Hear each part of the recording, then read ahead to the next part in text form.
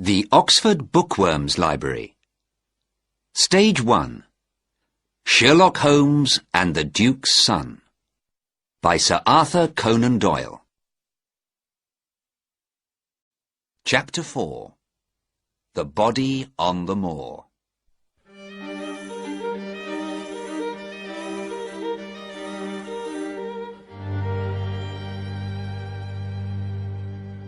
Very early the next morning, I opened my eyes and saw Holmes next to my bed. He was already dressed. "Come, Watson," he cried. "There is hot coffee ready for you. We leave in 10 minutes. By 6 o'clock, we were through Ragged Shaw, and half an hour later, we were on Lower Gill Moor. Across the middle of the moor was a small river, and the ground all around it was very wet. "We can easily see tracks in this wet ground," said Holmes. "Look carefully, Watson." We moved slowly across the moor, looking at every centimetre of mud. We found hundreds of sheep tracks, and once some cow tracks, but no bicycle tracks. And then, at last, we found something. Not far from the little river, right across some nice black mud, was the track of a bicycle. "Hurrah!" I cried. "We have it!" But Holmes did not look happy. "It's a bicycle, yes, but not the bicycle. Every bicycle has different tyres. I know 42 different kinds of tyre. This tyre is a Dunlop, but Heidegger's bicycle had Palmer tyres. The English teacher told me that. So this is not Heidegger." "Is it the boy, then?" I asked. "Probably not. The boy didn't take a bicycle with him," said Holmes. He looked again at the track in the mud. "This track is going away from the school." "Or perhaps to the school," I said. No, my dear Watson. Look at the tracks of the two tyres. Are they the same?" No," I said. "One tyre makes a deeper track." "And that's the back wheel," said Holmes, "because the rider, of course, sits over the back wheel. The deeper track is the one on top. So this bicycle went that way, across the moor, away from the school. But who was the rider? Where did he come from?" We followed the Dunlop track back, nearly to Ragged Shaw. Then we lost it in some cow tracks. Holmes sat down and thought for some minutes. "Nope," he said, getting up. "We must leave this question for now. Back to the mud by the river, Watson."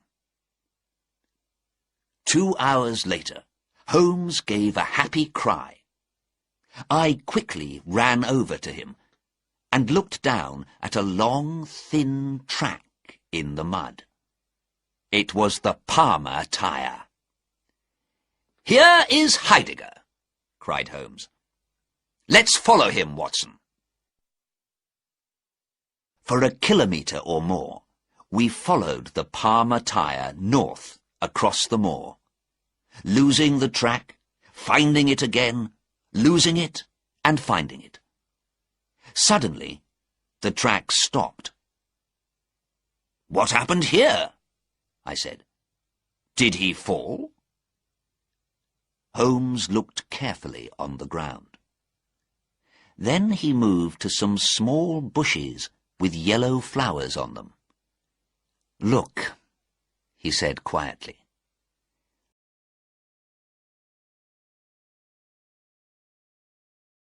On one of the yellow flowers, there was something red, the dark browny red of blood. Bad, said Holmes. Bad. What do I read here? Something or someone hit him. He fell. He stood up. He got onto his bicycle again and rode away. But there is no other track. Some cow tracks here, but no footprints. We must follow the blood, Watson. We soon found the bicycle, and then, behind a bush, we saw a shoe and found a body. There was blood on the man's head and face, and he was very, very dead. He had shoes on, but no socks, and we saw a nightshirt under his open coat. It was the German teacher. Poor man, Holmes said quietly. What shall we do, Watson? We can't lose any more time, but we must tell someone about this poor man. Shall I run back to the school? I said. No, I need you with me. Holmes stood up and looked around. Look, he said.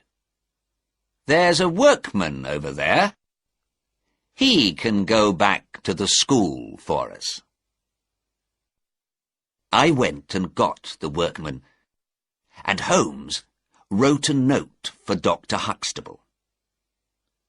The poor workman took one look at the body and began to run quickly down the hill to Ragged Shaw. Now, said Holmes, before we go on, let's think carefully for a minute. What do we know so far?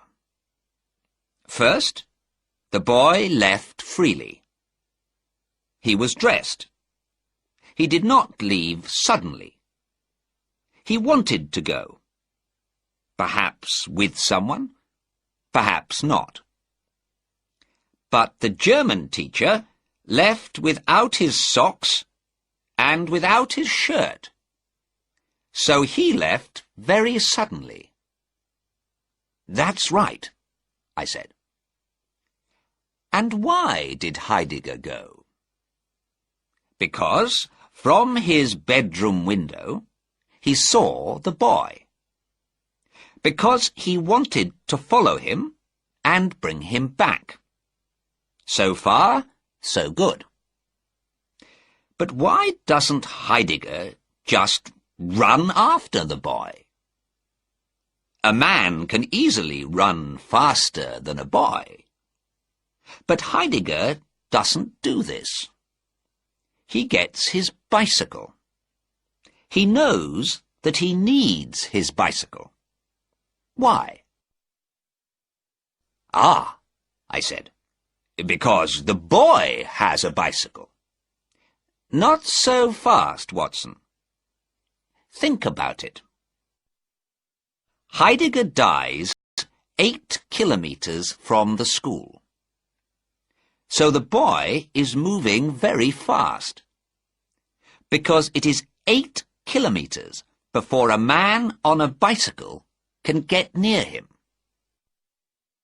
And Heidegger dies because someone hits him very hard on the head. A boy can't do that.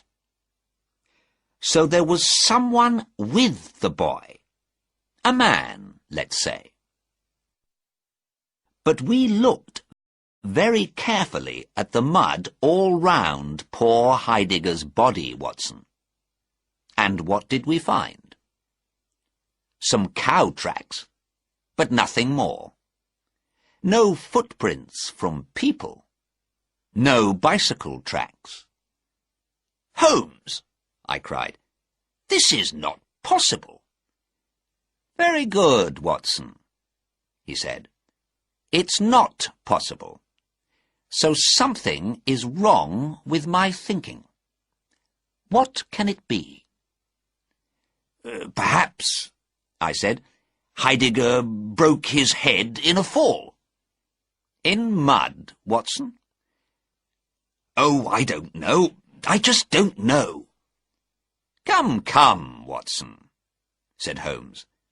Every mystery has an answer. But for now, the Palmer tyre can tell us nothing more. So we must go back to the Dunlop tyre.